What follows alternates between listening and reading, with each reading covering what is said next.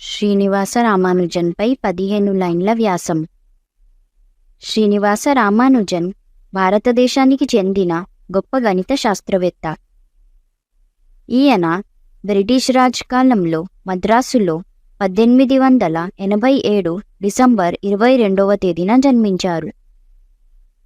ఈయన తండ్రి పేరు కుప్పుస్వామి శ్రీనివాస అయ్యంగర్ మరియు తల్లి పేరు కోమలతమ్మాళ్. మొదట్లో ఈయన సాంప్రదాయ విద్యపై ఆసక్తి చూపలేదు. 15 సంవత్సరాల వయస్సులో ఈయన గణితంలో వివిధ విభాగాలలో ప్రావీణ్యం సంపాదించారు.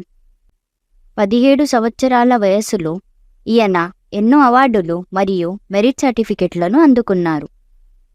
ఈయన 1904లో గణితంలో కె. రంగనాథరావు బహుమతిని అందుకున్నారు.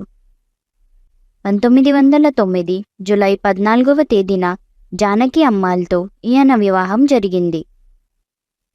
ఈయన క్యాంబ్రిడ్జ్లో నివసిస్తున్నప్పుడు గొప్ప గణిత శాస్త్రజ్ఞుడు హార్డీకి దగ్గరయ్యారు.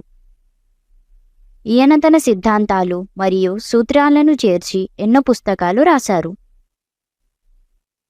ఈయన పుస్తకాలు సుమారు 3900 సమీకరణాలు మరియు గుర్తింపులతో కూడి ఉన్నాయి. ఈయన హార్డీ రామానుజన్ సంఖ్య 1729ని పరిచయం చేశారు.